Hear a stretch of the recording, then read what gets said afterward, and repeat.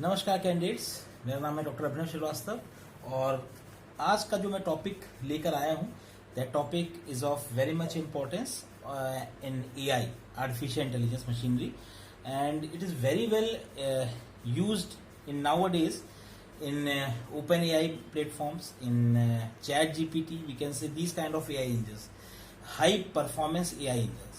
Or this topic signifies how a machine can think the realistic world and how it can generate the output on the basis of the input given to solve the real world problems, and how it can perform. It is the basic thing how a machine thinks. The topic name is transformers. And the topic resembles like that of in electrical physics. We have studied well transformers, working of transformers in the electrical physics, or we can say electrical engineering. Many of the students that are enrolled in that are studying in the electrical engineering branch as well as electronics engineering branch, they are very well familiar about the use of transformers there. But here I am going to discuss the use of the transformer function, or we can say the use of the transformer in case of AI, artificial intelligence. This transformer is a conceptual phenomena, is totally different from that of the electrical transformer that we have studied in our BTech first year as well as in our physics during intermediates. So that as the name resembles, it can create the curiosity. What is the transformer basically, and what is the logic of the transformer in case of AI, artificial intelligence or machine intelligence. So when I basically think the basic linguistic term of the transformer signifies that transforms, the thing that transforms. Transforms what in computer science? Transforms the input to the desired output. This is the basic thing. The same logic has been applied here. I have made certain videos regarding the artificial neuron model, where we have taken the input stimulus x1, x2, x3 and x4, and input stimulus have gone to the summation function, and after applying the activation function over the summation function, we get the desired result. And we have very well known of the fact that the input stimulus has been added if W1 according to the their weight phenomena. If I recall you, then we have very much sorted out that we have certain kind of weights here. I am just drawing the basic model that we have studied in the soft computing. There we have x1, x2, x3. These are the input stimulus, and these input stimulus have been fed up into a summation function. This is the summation function. There are the weights W1, W2 and W3. These weights are been added and to generate a we can say a summation output, which we can say S. The S is the W1 x1 plus W2 x2 plus W3 x3, and then an activation function has been applied, and based on the activation function the output Y have been produced. We can say activation function F, then Y we have Y is equals to F S, and this is our output. We have studied this in the Mac-Bootput model of the artificial neuron, how the artificial neuron has been created and what is the logic behind that. And after getting this output, because this output has been generated with the help of this activation function, it fully optimizes the desired criteria of the output that the consumer or that the user wants. So the thing is, now the problem here arises, then how we will bifurcate the weights, how we can say how we can select the weights to proceed, or we can say prioritize the input function, or we can say input stimulus. This is the input stimulus. This is the input stimulus obtained with the help of transducers or any kind of sensors that gather the we can say that gathers the input stimulus from the environment. These x1, x2, x3 are the input stimulus from the environment, gathered from the environment with the help of certain kind of sensors, transducers, and which parameter prioritize that. The weights are the parameters that prioritize this input stimulus, that which input stimulus have the higher priority to be served. Just like that we are seeing the priority of the jobs in the operating system. How operating system selects which job has to execute first. So this is the thing. Now the main thing persists here, that how we categorize the weights so that we can prioritize the input stimulus. The important feature arises from here is the generation of the transformers, generation of the attention functions. Attention functions and transformers go parallel by parallel. Basically, a transformer functions, or we can say transformer concept, go with the help of RNN, recurrent neural networks, and attention function that we have listed here. Attention function signifies that how we prioritize our input stimulus, how we emphasize the input stimulus according to the need of the customer, of the client, we can say. What is our sole motto, what is our sole purpose. On the basis of our sole purpose, we prioritize the input stimulus based on their weights, and we have already seen from the perceptron model that weights have been adjusted based on the learning rate coefficients. So what we are going to do here is I have selected a topic, attention function and transformers. This is a very important thing to be discussed here. That as discussed prior here, that we have to, the main goal is to select the input stimulus based on the priority of the weight, based on the priority generated by the weight, and we select the input stimulus to generate the desired output. This is our final motto. Then how it can be done? At this level, at the level of perceptron model, we are just dealing with the fact that we have just written the input stimulus, we have just written the weights, we have just written the summation function, we just submit it, and applying the threshold function. It is the sole responsibility of the threshold function to generate the output based on the desired criteria of the user or consumer, we can say. But now how can it be done? This is the main purpose. How it can be done so that our desired output should operate on the input and generate the output. We can say, we are constantly saying that it is a desired output. Then how it can be desired? The thing is, I have taken a small example. I have taken a small example to understand the working of the attention. What is the significance of attention? We have taken a database set. A database set, we have described it in a function D. D is a database set.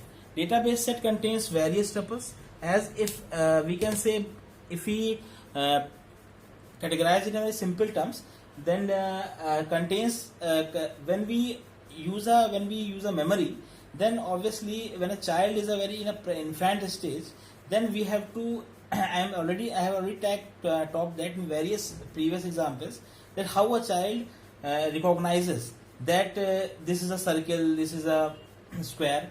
A kind of associative memory is there. A kind of associative memory is there in the brain of the child that we have developed in the artificial manner also.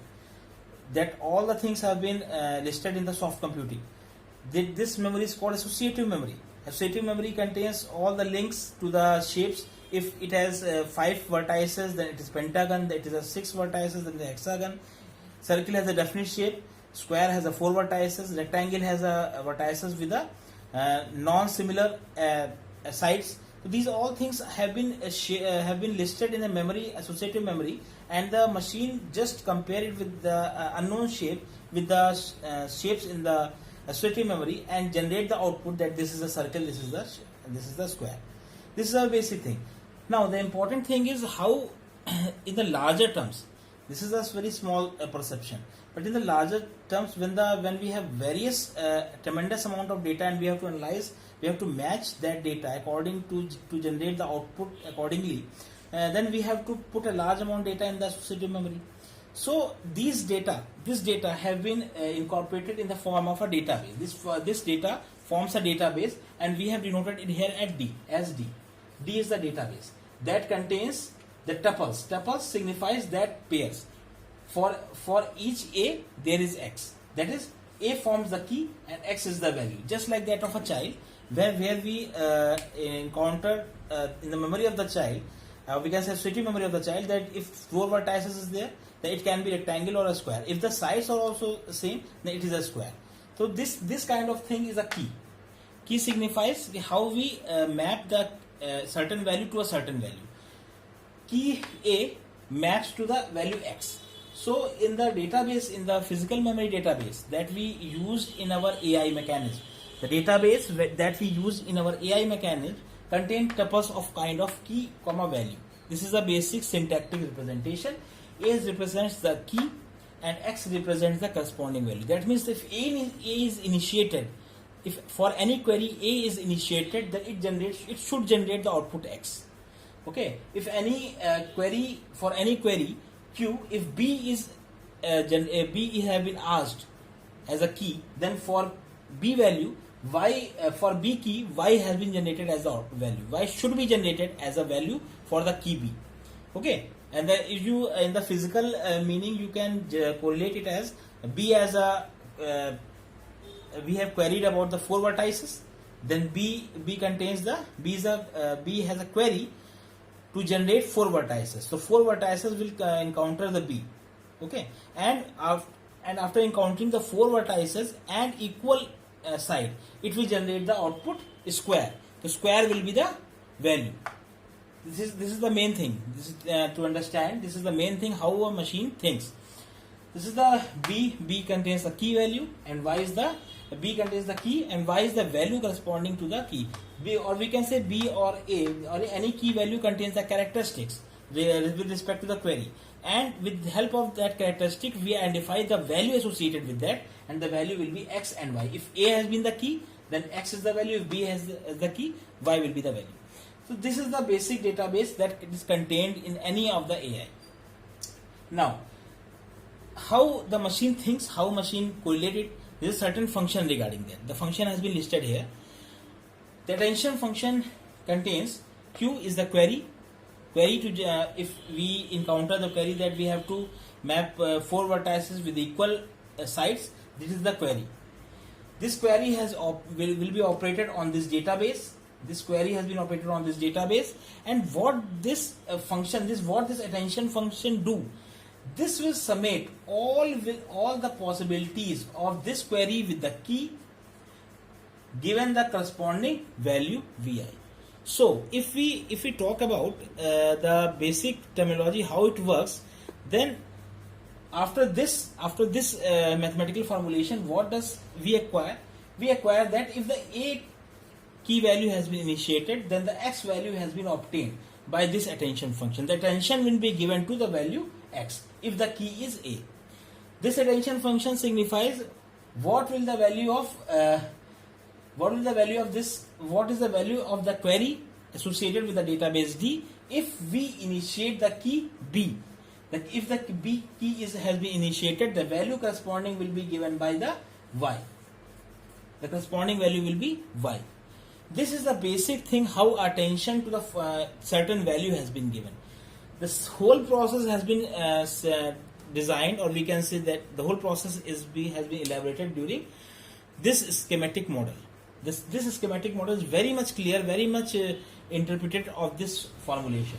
How a machine gives attention to a definite value. Okay, these are the keys associated with the final value. So this is the key and this is the value. This is the key and this is the value, corresponding value. If the key K1 has been initiated, then this function will generate the key and its associated value with respect to the query, and this is the, at least we can say, attention function.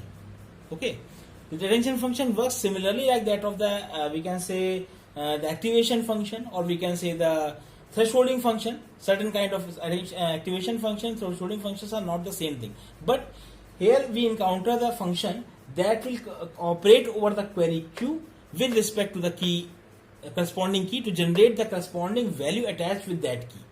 This is how the machine thinks of. This is very essential in the part of this formulation has been used in every AI engine regarding we can say OpenAI or ChatGPT that are in very much use now.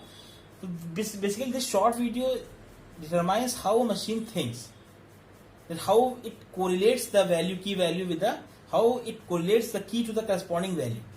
that a simple child in his mind or in her mind do, and we are formulating in an artificial manner.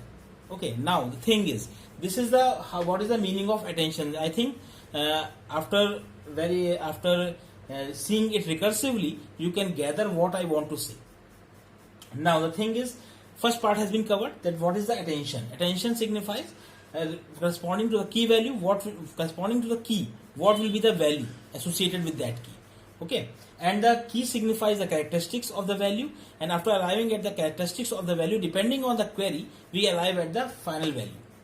So for example, I have already given, if we have 4 vertices and of equal side, this is the query with respect to the key, and the value generated will be the square. Okay, if we have 4 vertices but with different sides, it can be a trapezoid. Or if we have suppose if we have we can say 6 vertices, then it will be a hexagon. The value will be the hexagon. These characteristics will be constituted of the key corresponding to the query. Okay, now this is how the machine correlate with the final output. Now the thing is, what is the use of transformers? Now what is transformer? Basically, transformer incorporate this attention function as well as certain recurrent functions. We can say recurrent neural networks. We are very much aware of the neural networks. Neural networks have a certain layers. Certain layers incorporate the input layer, the hidden layer, and the output layer. If we have more than one hidden layer, then it constitutes the deep learning networks.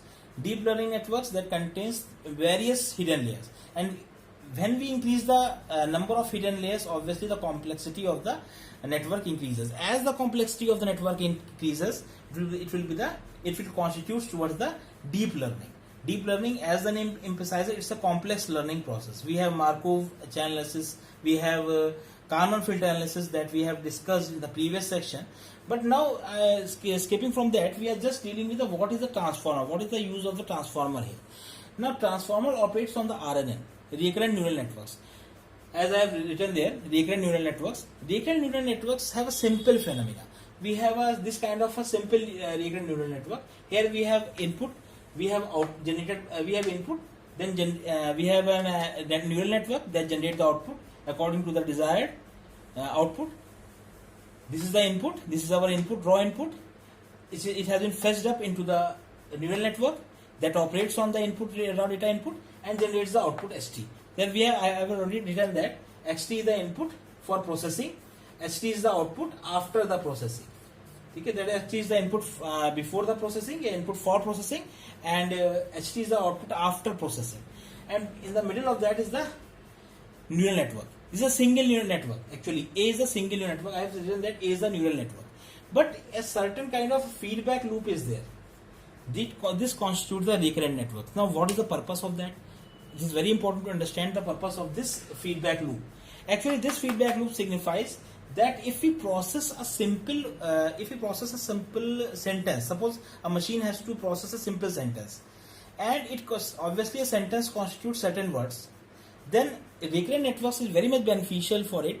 If we want to process a whole sentence, then it is for accurate results, it is very much important if we process individual word in the sentence in a very easy manner as well as very efficient manner. And this work has been done by the recurrent neural networks, RNN. If we consider to process a sentence in this neural network, then each individual word have been processed by a single neural network, and its output has been fetched to the next neural network in the form of this. So if we have to process a single word, suppose A have to process whole sentence. Whole sentence ki processing, we have to process the whole sentence during neural network. So each element of the neural network, we can say each neural network have to process a single word.